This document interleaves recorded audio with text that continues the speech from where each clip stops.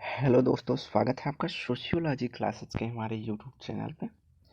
जैसा कि आप सभी जानते हैं कि हमारा एक टेलीग्राम चैनल है, उस पर डेली 9 AM और 9 PM पर लाइव क्विज करवाए जाते हैं।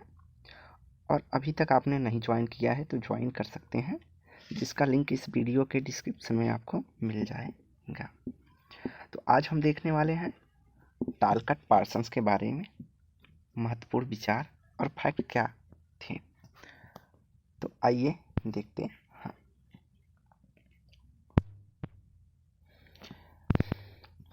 तो टालकट पार्सन्स अमेरिका के अग्रणी समाजशास्त्रियों में से प्रमुख सिद्धांतकार थे। इन्हें संरचनात्मक प्रकार्यवाद, आदर्शवादी प्रकार्यवाद व क्रियावादी प्रकार्यवाद सिद्धांत के रूप में जाना जाता है। तो पार्सन्स का जन्म जो है 1902 में कोलोरेडो अमेरिका में हुआ था। इन्होंने अपनी जो दीक्षा शिक्षा ली थी वह हार्वर्ड विश्वविद्यालय में लेने के बाद जो है प्रोफेसर नियुक्त किए गए थे और जीवन पर्यंत यह किसी न किसी विश्वविद्यालय से जुड़े रहे हैं। और एक फैक्ट और है इनके संदर्भ में कि 1949 में ये जो है अमेरिकी समाजशास्त्री परिषद के अध्यक्ष भी रहे हैं। इनके कई विद्यार्थी भी थे, जिनमें किंग्सले डेविस, रॉबर्ट के मर्टन, रॉबिन्सन, विलियम विल्बर मूर आदि थे। तो आइए अब देखते हैं अन्य फैक्ट। इन्हें सिद्धांत एवं अवधारणाएं 1990 में समाजशास्त्री जगत में आकर्षण का केंद्र थी। इनकी जो सिद्धांत और अवधारणाएं थी, इन्होंने मूर्त शोध विधा धारा के विपरीत एक अमूर्त सिद्धांतकार के रूप में इन्हें जाना जाता है। इनके समाजशास्त्री सिद्धांत को संरचनात्मक प्रकार्यवाद, आदर्शवादी प्रकार्यवाद या नॉर्मेटिव फंक्शनलिज्म के नाम से भी जाना जाता है। इन्हें आधुनिक समृद्धि समाज की उपज माना जाता है, जहाँ संरचनात्मक सामाजिक संघर्ष या तो समाप्त हो गया है या अल्पकालिक है। तो इन्हें जो है ना संरचनात्मक जो सामाजिक संघर्ष था, इन्होंने माना कि वह या तो समाप्त हो गया है या वह बहुत ही कम है या कम समय के लिए होता है संघर्ष। पार्सन्स ने वेबर की कृतियों से काफ़ी प्रभावित थे और वेबर के कुछ विचारों को लेकर ही इन्होंने PhD किया था। अर्थात इन्होंने पार्सन्स के जो सोशल एक्शन की बात थी उस पर बहुत ज़्यादा प्रभावित थे और इन्होंने आगे चलकर सामाजिक क्रिया का सिद्धांत, वेबर के सामाजिक क्रिया सिद्धांत को आधार बनाकर अपना स्वयं का सामाजिक क्रिया का सिद्धांत दिया था। तो इन्होंने जो अपना सामाजिक क्रिया का सिद्धांत दिया था वह अपने सामाजिक क्रिया की संरचना the structure of social action पुस्तक में 1937 में दिया था, जिस कारण इन्हें क्रियावादी सिद्धांतकार के रूप में भी जाना जाता है। इनकी जो सामाजिक क्रिया की संरचना की पुस्तक है, इसमें दुर्खीम, वेबर, पैरेटो के विचारकों को अमेरिकी समाज से अवगत कराया और आगे के लिए एक रूपरेखा प्रदान की। इन्होंने जो है वेबर, पैरेटो, रिकार्डो, एडम स्मिथ जैसे विद्वानों के विचारों को अस्वीकार करते हुए स्वयं क्या जो है सामाजिक क्रिया के सिद्धांत की बात की है।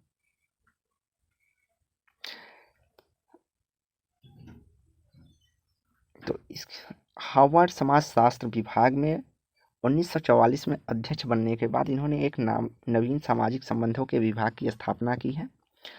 जो 1946 में इन्होंने नवीन सामाजिक संबंधों के विभाग की स्थापना की है और उसके साथ इन्होंने अन्य समाजशास्त्रियों को भी जोड़ा है।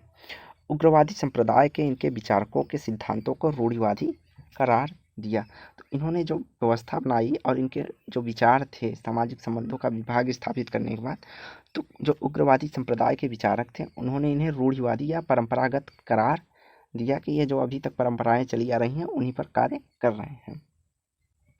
तो हार्ट एवं हंटर टर्नर ने कहा, यहाँ तक कि कह दिया कि पार्सन्स जो है की कृतियों ने मार्क्स, वेबर, तुर्खीम और समकालीन समाजशास्त्रियों को अधिक महत्वपूर्ण योगदान दिया है। अर्थात अपनी कृतियों में इन्होंने मार्क्स, वेबर, दुर्खीम और जो अन्य सामाजिक शास्त्री उस समय के थे समकालीन, उनको अधिक महत्व जो है इन्होंने प्रदान किया है।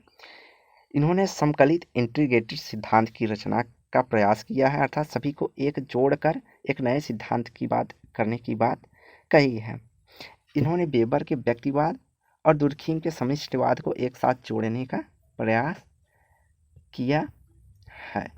इन्होंने व्यक्तिगत क्रिया और बृहद स्तरीय सामाजिक व्यवस्था के विश्लेषण के द्वारा समन्वय स्थापित करने की जो है प्रारंभ की। जो इन्होंने सामाजिक व्यवस्था का सिद्धांत दिया था उसमें इन्होंने व्यक्तिगत क्रियाओं और बृहद स्तरीय सामाजिक व्यवस्था को एक साथ जोड़ने का प्रयास किया है, और इसी के संदर्भ में उन्होंने अपने सामाजिक क्रिया सिद्धांत की जो है शुरुआत की थी। तो सामाजिक क्रिया में जो कुछ फैक्ट यहाँ पे मेंशन नहीं है उसको हम बता दें कि सामाजिक क्रिया का जो इन्होंने सिद्धांत दिया पार्सन्स ने, इन्होंने पहली बार जो है क्रिया के साथ एक लक्ष्य जोड़ा। इन्होंने जो है क्रिया के साथ लक्ष्य की बात की है।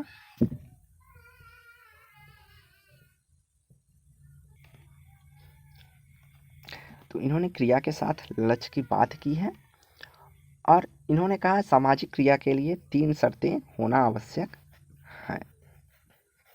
वे 3 शर्तें क्या है? पहला कर्ता, दूसरा इन्होंने कहा परिस्थिति,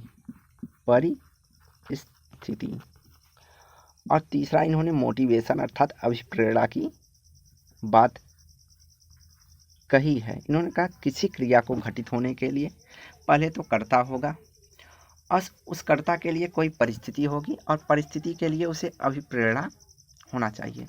उदाहरण के रूप में हम जैसे समझते हैं किसी व्यक्ति को जो है बाजार जाना है, कोई व्यक्ति है उसको बाजार जाना है, तो उसे बाजार जाना है तो उसे बाजार किस रूप में जाना है? साइकिल से जाना है, मोटरसाइकिल से जाना है, लेकिन उसे जो है अंदर से मोटिवेशन जब मिलेगा कि जैसे उसे कोई सामान लाना होगा तभी वह बाजार जाएगा।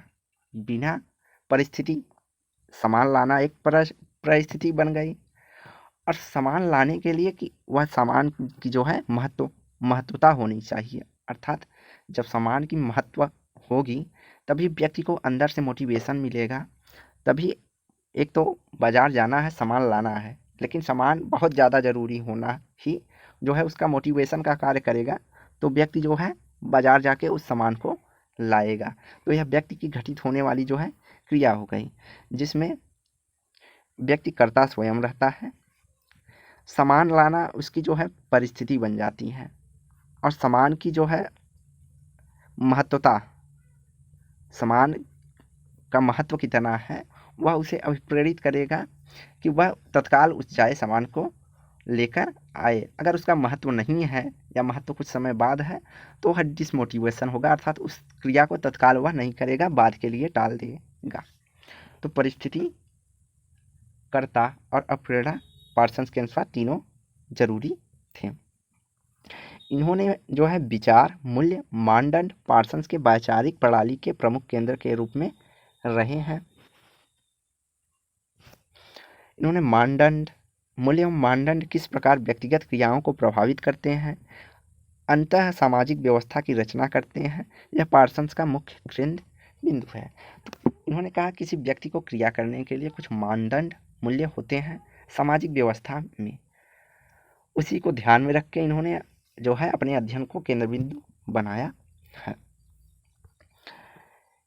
अब यहाँ पे इन्होंने सामाजिक क्रिया की बात की है, जिसमें इन्होंने सामाजिक कर्ता, समाज या सामाजिक परिस्थिति, कर्ता या परिस्थिति, उसके बाद परिवेश अर्थात अप्रेरणा या मोटिवेशन आदि की चर्चा की है। इन्होंने कहा कि परिवेश में सर्वाधिक महत्वपूर्ण तत्व वे व्यक्ति हैं जिनके साथ कर्ता अंतः क्रिया करते हैं तथा कर्ता को क्रिया करते समय एक दूसरे व्यक्ति की क्रियाओं, अपेक्षाओं और उद्देश्यों का ध्यान रखना पड़ता है। इन्होंने कहा कोई व्यक्ति जब अंतः क्रिया करेगा, इंटरेक्शन करेगा, तो वह इंटरेक्शन करते समय यह ध्यान रखेगा कि उसे वह परिस्थिति क्या है उस समय की, किस उद्देश्य से करता है, और उस व्यक्ति की क्या अपेक्षा है कि आप उसके साथ ऐसा व्यवहार करें। तो उन सबको ध्यान में रखते हुए आपको क्रिया करनी है, और ये जो अंतः क्रियाएँ होंगी वह मानदंड, नाम्स, मूल्य की महत्वपूर्ण भूमिका अदा करेंगी। अर्थात जो क्रियाएं आप करेंगे उनमें जो सामाजिक मानदंड होते हैं, जो मूल्य होते हैं उसी के अनुसार करेंगे। अर्थात वे अंतःक्रियाएं को नियंत्रित करती हैं। मानदंड और मूल्य जो है अंतःक्रियाओं को नियंत्रित करती हैं। उदाहरण के स्वरूप में देखते हैं, जैसे आप हैं और आपसे बड़े कोई उम्र में हैं, तो यह आपसे अपेक्षा करेंगे कि आप सम्मानपूर्वक उनका आदर करेंगे और उनके उद्देश्यों की पूर्ति करेंगे, और जो भी सम्मान आप उनको प्रदान करेंगे या ये भी जो अपेक्षा करते हैं, वह समाज में जो मूल्य और मानदंड पहले से बने हुए हैं, जैसे कि बड़ों का आदर करना, उनसे उनका कहना सुनना, इन सब मूल्य और मानदंडों के अनुसार आपसे अपेक्षा रखेंगे कि आप उनके अनुसार क्रिया करेंगे, अर्थात उनका कहा सुनेंगे। अब जैसे ये आपको बोलते हैं कि जाओ बेटा आप एक गिलास पानी लाओ, तो आपसे उन्होंने अपेक्षा की कि आप छोटे हैं, उन्हें आदरपूर्वक और सम्मानपूर्वक जाएंगे, पानी का गिलास लाकर देंगे। लेकिन अगर आप इसके विपरीत करते हैं, जैसे मूल्य और मानदंड जो है कि आप आदर न करके या खुद कर दें कि जाइए अपना काम स्वयं कर लीजिए, तो ऐसी नहीं होती है। तो यही पार्सन्स कहना चाहते हैं कि जो व्यक्ति की क्रियाएं होती हैं उनमें सामाजिक मानदंड और मूल्य होते हैं। इनके अलावा जो सामने वाला व्यक्ति जिसके साथ आप अंतःक्रिया करेंगे उसकी अपेक्षाओं का भी ध्यान रखना पड़ता है कि वह आपसे किस तरीके के व्यवहार की अपेक्षा करता है। दूसरों के व्यवहार के बारे में पूर्वानुमान प्रकट करते हैं, अर्थात सामाजिक मानदंडों के अनुसार ही पूर्वानुमान लगा सकते हैं। अब यहाँ पे जैसे हमने पानी लाने के लिए कहा, या तो वह व्यक्ति मानदंडों और मूल्यों का पालन करते हुए पानी ला कर देगा, यह पूर्वानुमान पहले से लगाया जा सकता है, या तो वह सीधे सीधे नहीं कर देगा, अर्थात नकार देगा, तो अनुमान लगा सकते हैं। पार्सन ने सामाजिकरण की प्रक्रिया को स्पष्ट करते हुए मानदंडों एवं मूल्यों को आंतरिकरण की बात कही है, ये व्यक्तित्व के अंग बन जाते हैं। तो पार्सन ने सामाजिकरण की बात करते हुए कहा कि जब हम सामाजिक मूल्यों और मानदंडों का आंतरिकरण अर्थात सीखते हैं और उस सीखने के दौरान हमारा जो व्यक्तित्व बनता है या मूल्य और मानदंड हमारे व्यक्तित्व का अंग बन जाते हैं, वही जो है सामाजिकरण है। पार्सन्स व्यक्ति और सामाजिक व्यवस्था के पूरक मानते हैं। इन्होंने जो है पार्सन ने कहा कि सामाजिक व्यक्तित्व और सामाजिक व्यवस्था जो है पूरक है। पार्सन ने अपनी पुस्तक सामाजिक क्रिया और संरचना 1937 में अपने क्लासिकल सामाजिक विचारकों ने किस प्रकार स्वैच्छिक सिद्धांत प्रतिपादन किया है उसकी चर्चा इन्होंने की है। तो इन्होंने अनेक लक्ष्य, इन्होंने कहा किसी क्रिया को करने के लिए व्यक्ति के पास अनेक लक्ष्य होते हैं, साधन होते हैं। प्राणी उनमें से क्या है, उनका चुनाव करता है, और जो चुनाव करेगा, जो लक्ष्य और साधन होंगे वह समाज के मानदंड और मूल्यों के अनुसार होते हैं। इस संतुष्टि प्राप्त करने के लिए, इन क्रियाओं की संतुष्टि प्राप्त करने के लिए जो है समाज में कुछ भूमिकाएं और परिस्थितियां होती हैं, और समाज में पाई जाने वाली जो भूमिका और परिस्थितियां हैं वही मिलकर संस्था का निर्माण करती हैं। और संस्थाएं जो हैं, इन्होंने कहा जो है भूमिका और परिस्थितियां जो हैं वही मिलकर संस्थाओं का निर्माण करती हैं, और संस्थाएं मिलकर ही सामाजिक व्यवस्था का निर्माण करती हैं। इन्होंने यहाँ तक कि समाजशास्त्र को परिभाषित करते हुए यह भी कहा है कि समाजशास्त्र वस्तुतः विभिन्न अंतःक्रियाओं की भूमिकाओं की एक व्यवस्था है।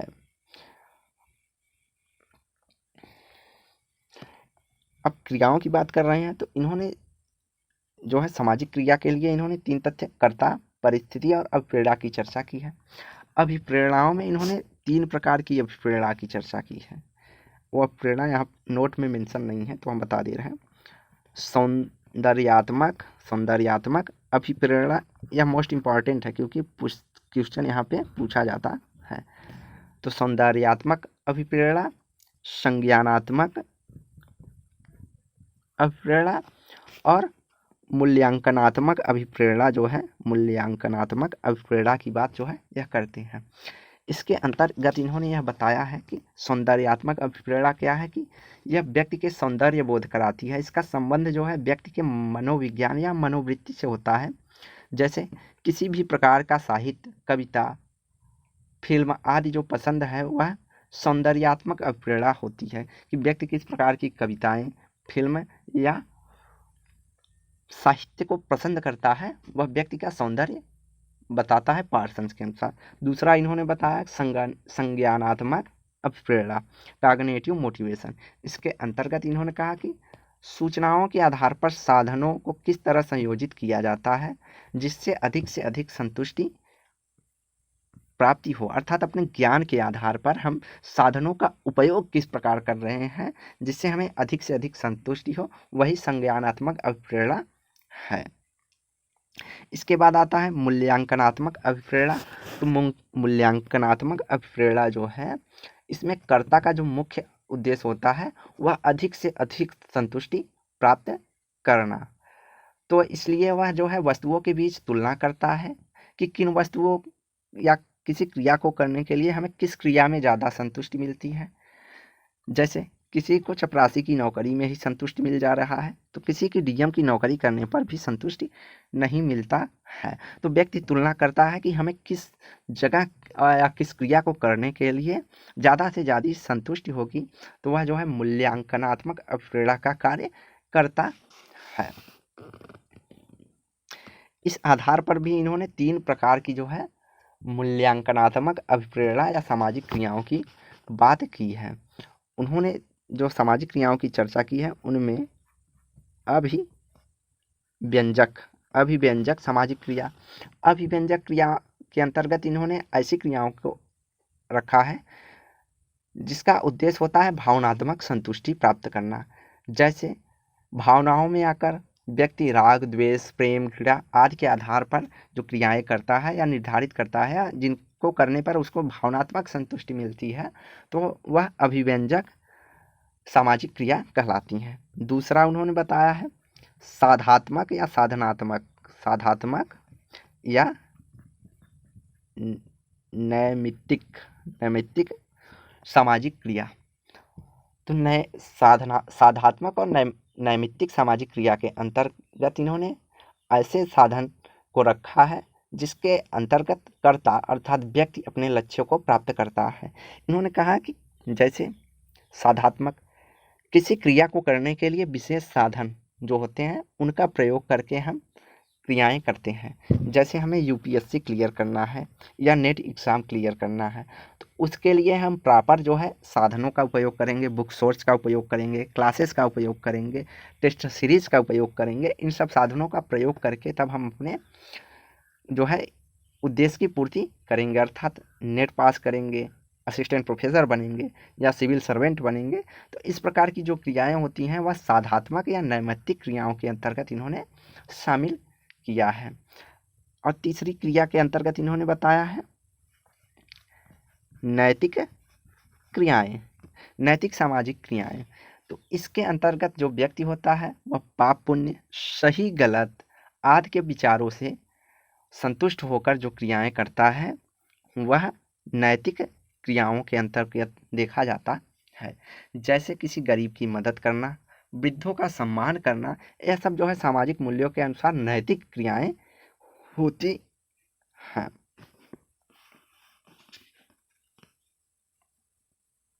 इनके अलावा इन्होंने 3 प्रकार के सामाजिक मूल्यों की भी चर्चा की है। तो जैसे इन्होंने कहा कि 3 प्रकार की क्रियाएं होती हैं और उन क्रियाओं से जुड़ी हुई 3 प्रकार के मूल्य भी होते हैं, जैसे अभिव्यंजक मूल्य, संज्ञानात्मक मूल्य और नैतिक मूल्य।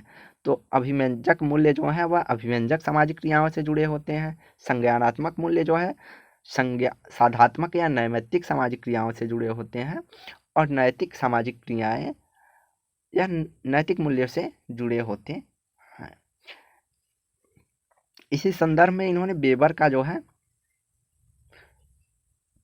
सत्ता और सामाजिक क्रिया की भी आलोचना की है, जहां वेबर ने 4 प्रकार की क्रियाएं की चर्चा की है और 3 प्रकार की सत्ता की है। तो इस संदर्भ में उन्होंने वेबर की आलोचना करते हुए कहा कि जिस तरह वेबर ने 4 प्रकार की क्रियाओं की चर्चा की है उसी प्रकार उन्हें 4 प्रकार के सत्ताओं की भी चर्चा करनी चाहिए थी। तो यह भी एक मोस्ट इम्पॉर्टेंट पॉइंट था। पार्सन्स ने 3 प्रकार के प्रणालियों की बात की है। इन्होंने व्यक्तित्व प्रणाली अर्थात जो स्वयं व्यक्ति होता है, सांस्कृतिक प्रणाली अर्थात परिस्थिति भूमिका से जुड़े मानदंड, और भौतिक प्रणाली अर्थात पर्यावरण समायोजन या समाज, जिस प्रकार पर्यावरण से समाज समायोजन करता है, वह भौतिक प्रणाली के रूप में इन्होंने देखा है।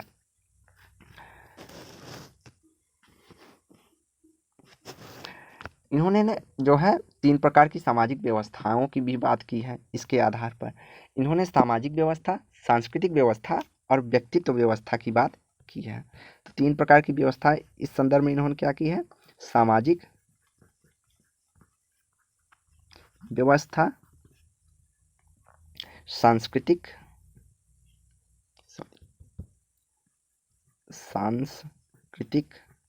व्यवस्था और उसके अलावा इन्होंने व्यक्तित्व व्यवस्था की चर्चा की है। इन्होंने कहा है कि जब कर्ता मानक और मूल्य के अनुसार अंतःक्रियाएं करते हैं तो यह अंतःक्रियाएं निरंतर होती हैं, जैसे परिस्थिति एवं भूमिका जो है एक दूसरे से जुड़े होते हैं। इसे इन्होंने सामाजिक व्यवस्था माना है पार्सन्स ने।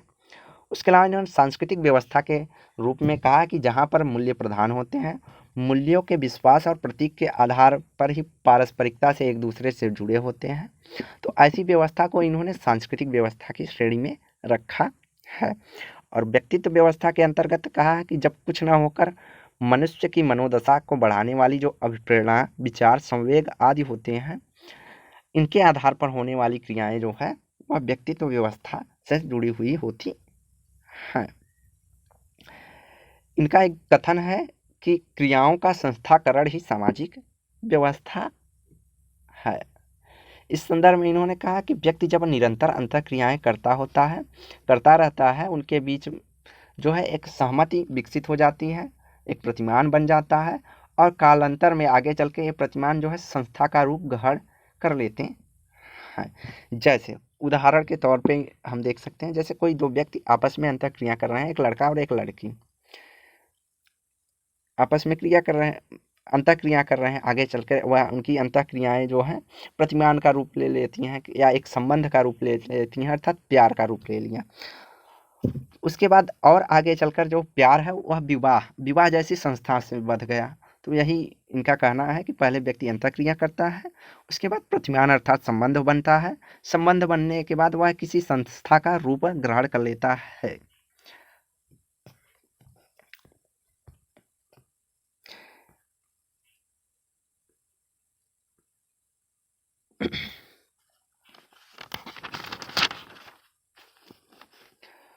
इसके अलावा इन्होंने कुछ उपप्रणालियों को क्रमिक रूप में देखा है।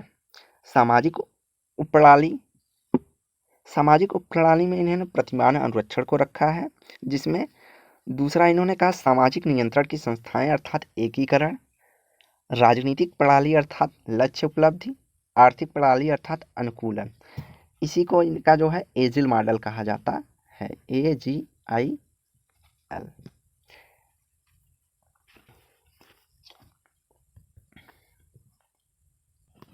तो इनका जो एजिल मॉडल है उसमें इन्होंने एडॉप्टेशन, अनुरक्षण या अनुकूलन को एडॉप्टेशन, गोल अर्थात लक्ष्य उपलब्धि, इंटीग्रेशन अर्थात एकीकरण की बात की है। उसके बाद लेटेंसी अर्थात अनुरक्षण की बात की है। तो क्रम जो हो जाएगा वह हो जाएगा अनुकूलन। तो इसका क्रम पूछ लिया जाता है, इसलिए बता रहे हैं। अनुकूलन, लक्ष्य, एकीकरण, उसके बाद अनुरक्षण होता है। लेटेंसी, तो अनुरक्षण को यथास्थिति भी कहीं कहीं दे देता है, तो उसे लेटेंसी कहते हैं।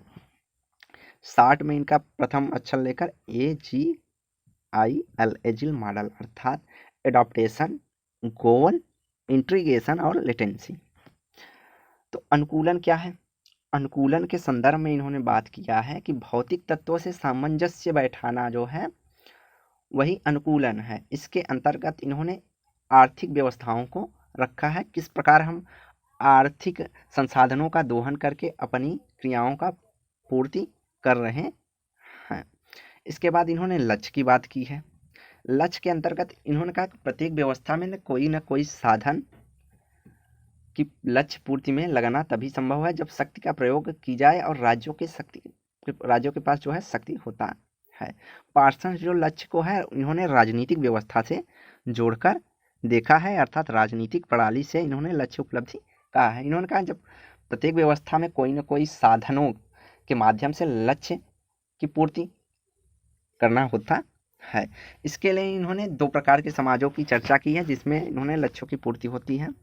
इन्होंने परंपरागत समाज, राजनीतिक प्रणाली के अंतर्गत इसकी बात की है, परंपरागत समाज और आधुनिक समाज की बात की है। परंपरागत समाज के अंतर्गत इन्होंने बताया है कि परंपरागत समाज है उसमें कई तरीके से लक्ष्यों की जो है प्राप्ति होती है और उसके जो गुण होते हैं वह भावनात्मक, विशिष्टवाद, सामूहिक उन्मुखता, विसरण और प्रदत्त की बात जो है इन्होंने परंपरागत समाज के रूप में चर्चा की है। वहीं मॉडर्न सोसाइटी में इन्होंने कहा कि भावनात्मक अर्थात इफेक्टिव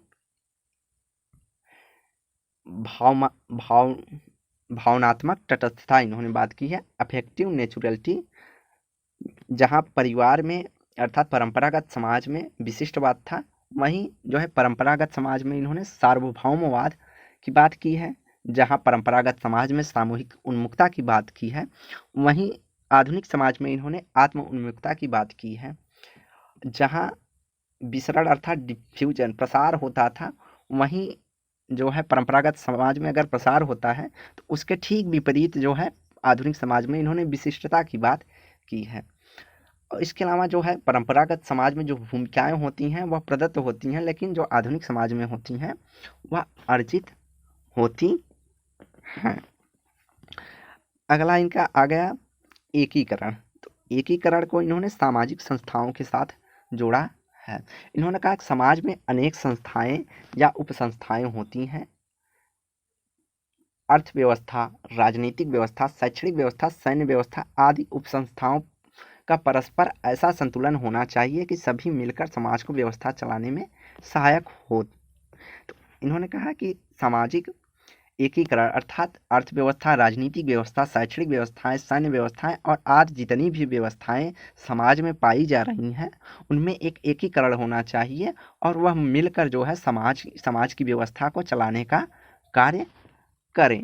इन्होंने कहा जब सभी एक व्यवस्था में सभी जो व्यवस्थाएं हैं जब एक साथ जुड़ जाती हैं अर्थात उन्हें इसी तथ्य को एकीकरण कहा है। पार्सन जो है इन्होंने सांस्कृतिक और सामुदायिक संगठन की एक व्यवस्था के रूप में इसे देखते हैं। और यह कार्य कौन करता है? उदाहरण के तौर पे इन्होंने कहा धर्म और कानून जो होते हैं इन सभी संस्थाओं को एक साथ लाने में प्रमुख कार्य करते हैं। इसके बाद आ जाता है लेटेंसी अर्थात सामाजिक प्रणाली या प्रतिमान अनुरक्षण। तो व्यवस्था जैसे पहले थी वैसे बनाए रखने की जिम्मेदारी या पूर्व आवश्यकताएं होती हैं। समाज में परिवार, शिक्षा व्यवस्था या समाज में जितनी भी व्यवस्थाएं पाई जाती हैं उनको बनाए रखना ही यथास्थिति अर्थात लेटेंसी का कार्य है। इसके अंतर्गत इन्होंने पैटर्न मेंटेनेंस या बाउंड्री मेंटेनेंस की बात कही है जिसे प्रतिमान अनुरक्षण कहा है। इनके अलावा तनाव प्रबंधन, तो इन्होंने कहा दो तरीके से जो है यथास्थिति को बनाए रखा जा सकता है। एक तो प्रतिमान अनुरक्षण करके जो मूल्य हैं उनको स्थापित करके, और दूसरा जो तनाव प्रबंध अर्थात लक्ष्य प्राप्त के लिए सदस्यों के बीच जो तनाव होते हैं उन तनावों को दूर करके हम समाज की यथास्थिति को बनाए रख सकते हैं। इन्होंने तनाव प्रबंधन के लिए संस्थागत समय सारणी, संस्थागत प्राथमिकताओं की चर्चा की है और सामाजिक नियंत्रण के लिए चर्चा की है। इन्होंने कहा कि जब तनाव प्रबंधन भी काम न आए तब व्यक्ति के व्यवहार को नियंत्रित करने के लिए हमें एक व्यवस्था अर्थात सामाजिक नियंत्रण की आवश्यकता होती है, जिसके लिए हमें अनुनय या तो प्री सिचुएशन, अवरोधन, इंसुलेशन या पृथक्करण आइसोलेशन जो है 3 तरीकों से जो है समाज में नियंत्रण कर सकते हैं। इसके लिए इन्होंने अनुनय, अवरोधन और पृथक्करण। तो अनुनय अर्थात प्रेशरेशन अवरोधन अर्थात इंसुलेशन और पृथक्करण आइसोलेशन, इन तीनों प्रकार से हम जो है समाज में नियंत्रण बना सकते हैं। या तो उन्हें नियमों का पालन करने के लिए बाध्य कर सकते हैं अर्थात अनुनय का साधन, या तो उन्हें जो वह समाज में मूल्यों के विपरीत कार्य कर रहे हैं उसके बीच अवरोध पैदा करके अर्थात उन्हें जेल में बंद करके पृथक्करण करके नियंत्रण रखा जा सकता है। इन्होंने संस्तरण व्यवस्था को दर्शाने के लिए उद्विकासी सिद्धांत का प्रयोग किया है। पार्सन ने कहा है कि सामाजिक क्रिया अंतःक्रिया एन के एन प्रकार ढंग से नहीं होती है, अपितु एक व्यवस्थित क्रमबद्ध चरित्र एक स्वरूप में जन्म देता है जिसके लिए उन्हें सामाजिक प्रणाली का नाम दिया है। तो इन सब की चर्चा हम कर चुके हैं। तो सामाजिक क्रिया और सामाजिक प्रणाली की अवधारणा को पार्सन ने परिवर्तित प्रतिमान अर्थात पैटर्न वेरिएबल्स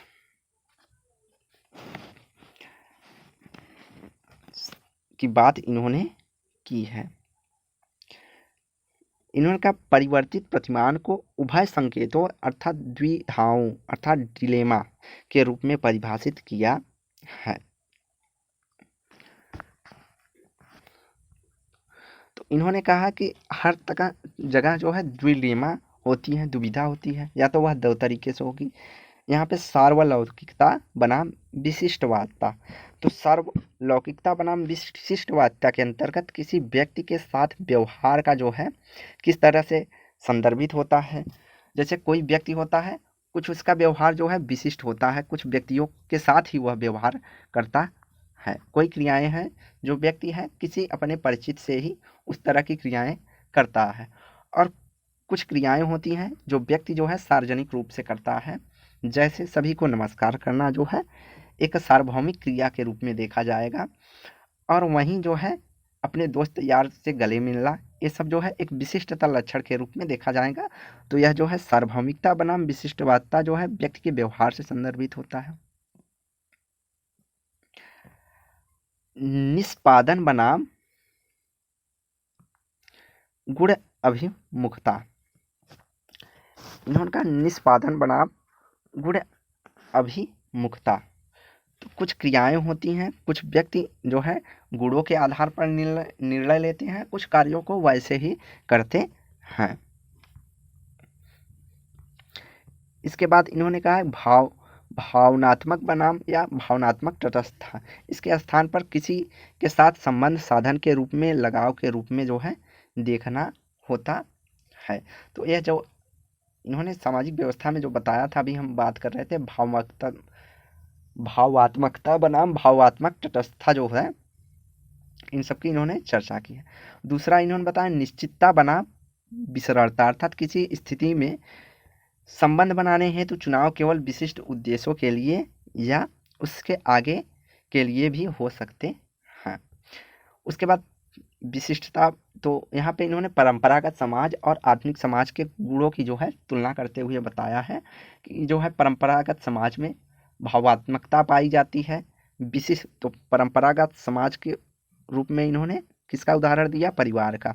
इन्होंने कहा जो परंपरागत समाज है उसमें विशिष्टता, भावात्मकता, गुण अभिमुखन और विसरलता के साथ साथ प्रदत्त स्थिति देखने को मिलती है। वहीं दूसरी तरफ इन्होंने आधुनिक समाज की एक संस्था के उदाहरण देते हुए कारखाने का संगठन की चर्चा की है, जिसमें इन्होंने सार्वलौकिकता अर्थात सार्वभौमिकता, भावनात्मक तटस्थता, निष्पादन अभिमुखन और विशिष्टता के साथ साथ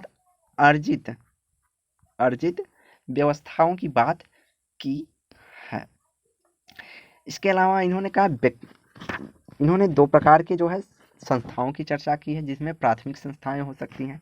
इन्होंने कहा किसी भी व्यक्ति के व्यक्तित्व का निर्धारण दो रूप से होता है, जिसमें प्राथमिक संस्थाएं होती हैं। प्राथमिक संस्थाओं के अंतर्गत इन्होंने परिवार जैसी संस्थाओं की महत्वपूर्ण भूमिका बताई है कि परिवार जो है व्यक्ति के व्यक्तित्व का निर्माण, यहाँ पे जो प्रमुख पॉइंट है परिवार से संबंधित, इस बार के एग्जाम में पूछा भी गया था या पिछली बार एग्जाम में पूछा गया होगा कि व्यक्तित्व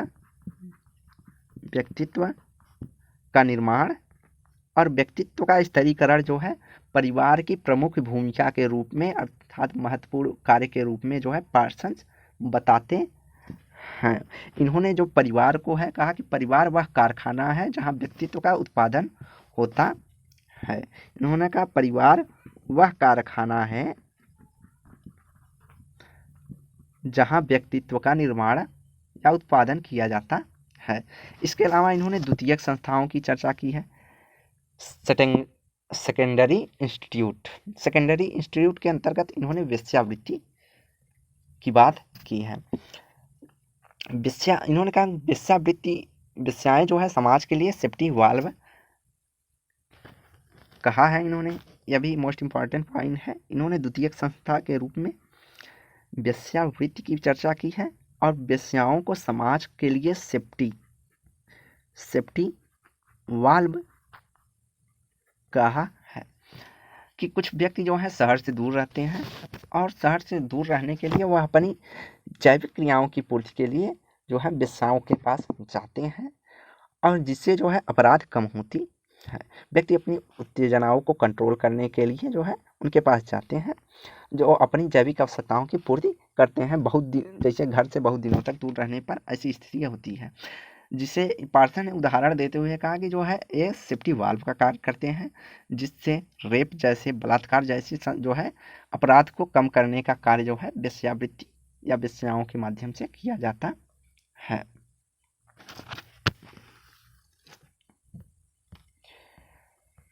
पार्सन्स के अनुसार सामाजिक क्रिया में व्यवस्थाओं में संतुलन बनाए रखने के लिए एक प्रकार की प्रवृत्ति विद्यमान रहती है, यद्यपि यह संतुलन कभी पूर्ण नहीं रहती है। इन्होंने संतुलन की एक अवस्था से दूसरी अवस्था में जाना ही सामाजिक परिवर्तन किया है। इन्होंने कहा कि व्यक्ति का जब जो है सभी सामाजिक क्रियाओं में जो है एक संतुलन बनी होती है, जब संतुलन टूटती है अर्थात संतुलन में कमियां आकर दूसरी क्रियाओं के माध्यम से उनका संतुलन होने लगता है, तो वही जो है सामाजिक परिवर्तन होता है। तो पार्सन्स की अन्य जो प्रमुख अवधारणाओं के अंतर्गत इन्होंने कर्ता, क्रिया, अंतःक्रिया, मानदंड, मूल्य, सामाजिकरण, आंतरिकरण, परिवर्तित प्रतिमान, सामाजिक व्यवस्था, प्रकार्यात्मक आवश्यकता आदि की चर्चा की है, जिनकी हम चर्चा कर चुके हैं। इसके बाद पार्सन्स जो है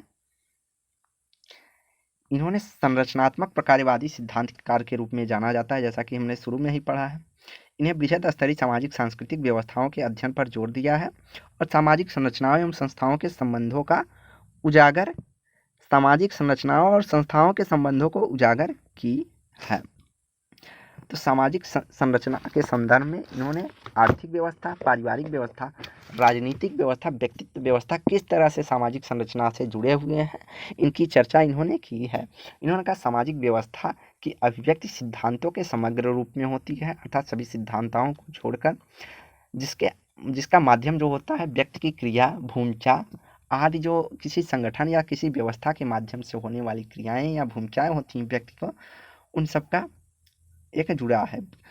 इन्होंने शुरू में ही कहा कि व्यक्ति की जो क्रियाएं हैं, परिस्थितियां हैं, वह आगे चलकर प्रतिमान का रूप लेती हैं, प्रतिमान के माध्यम से संस्थाओं का निर्माण करती हैं और वही संस्थाएं जो है संरचना को चलाने का माध्यम बनती हैं। इन्होंने 4 प्रकार की संस्थाओं की चर्चा की है, जिसमें इन्होंने सार्वभौमिक अर्जित प्रतिमान की बात की है, सार्वभौमिक प्रदत्त प्रतिमान की बात की है, विशिष्टवादी अर्जित प्रतिमान की बात की है और विशिष्टवादी प्रदत्त प्रतिमान की चर्चा जो है पार्सन्स करते हैं। इन्होंने कहा कि सामाजिक संरचना जो है परस्पर एक दूसरे से संबंधित होते हैं। संस्थाएं, एजेंसियां, सामाजिक प्रतिमान एक साथ समूह के प्रत्येक सदस्य किसी न किसी पद या कार्य या भूमिका से जो है जुड़े होते हैं। इन्हीं का एक क्रमबद्ध जुड़ना ही जो है सामाजिक संरचना का निर्माण करता है। पार्सन ने सामाजिक संरचना के निम्न तत्वों का उल्लेख करते हुए बताया कि सामाजिक संरचना में कौन कौन से तत्व होते हैं। संस्था होती है, एजेंसियां होती हैं, सामाजिक प्रतिमान होते हैं, समूह व उपसमूह होते हैं, परिस्थिति एवं भूमिका। अब हम इसके विपरीत इसकी व्याख्या करते हैं कि व्यक्ति होता है, व्यक्ति से जुड़ी कुछ परिस्थिति एवं भूमिकाएं होती हैं और भूमिकाओं का वह जो उपयोग करता है, भूमिकाओं का जो उपयोग होता है वह किसी समूह या उपसमूह से जुड़ा होता है। समूह और उपसमूह के जो है कुछ सामाजिक प्रतिमान होते हैं। सामाजिक प्रतिमानों का निर्धारण कानून, राज्य जैसी एजेंसियों के माध्यम से होता है और समाज के माध्यम से होता है। और उन कानून और प्रतिमानों का पालन के लिए कुछ संस्थाएं बनाई गई होती हैं जो मिलकर सभी जो है संरचना का निर्माण करती हैं। इनके अलावा पार्सन्स का जो है एक विसंगति के बारे में इन्होंने 2 शब्द कहा है। क्या? विसंगति। तो विसंगति या जनोमी के संदर्भ में पार्सन्स की जो पुस्तक है द सोशल सिस्टम में इन्होंने इसकी व्याख्या की है। इन्होंने कहा विसंगति की स्थिति वह स्थिति है जिसमें कर्ता अपने दबाव या संघर्ष को संस्थागत साधनों से दूर न कर पाए, ऐसे तरीके से दूर करने का प्रयत्न करने जिससे समाज की स्वीकृति नहीं देता, जिसका परिणाम स्वरूप सामाजिक व्यवस्थाओं की विघटन की दशा उत्पत्ति होती है। तो इन्होंने कहा है कि अगर कोई व्यक्ति अपने दबाव को दूर करने के लिए किसी समाज के द्वारा अस्वीकृत मानदंडों का पालन करके अपनी कार्यों का निष्पादन करता है या अपनी दबाव को दूर करता है तो वह विसंगति है। तो इसे हम जैसे मान लीजिए व्यक्ति की जैविक आवश्यकताएं होती हैं, शारीरिक आवश्यकताएं होती हैं, उसकी पूर्ति के लिए जो है समाज में विवाह जैसी संस्थाओं का निर्माण है। लेकिन व्यक्ति क्या करते हैं, कुछ ऐसे व्यक्ति होते हैं जो इनकी पूर्ति के लिए अपराध करते हैं, जैसे बलात्कार, वेश्यावृत्ति, गमन आदि। इन सब चीज़ों को समाज में स्वीकृति नहीं होती है, लेकिन वे अपनी जैविक और शारीरिक आवश्यकताओं की पूर्ति के लिए ऐसी क्रियाएं करते हैं। तो इसी को इन्होंने विसंगति कहा है।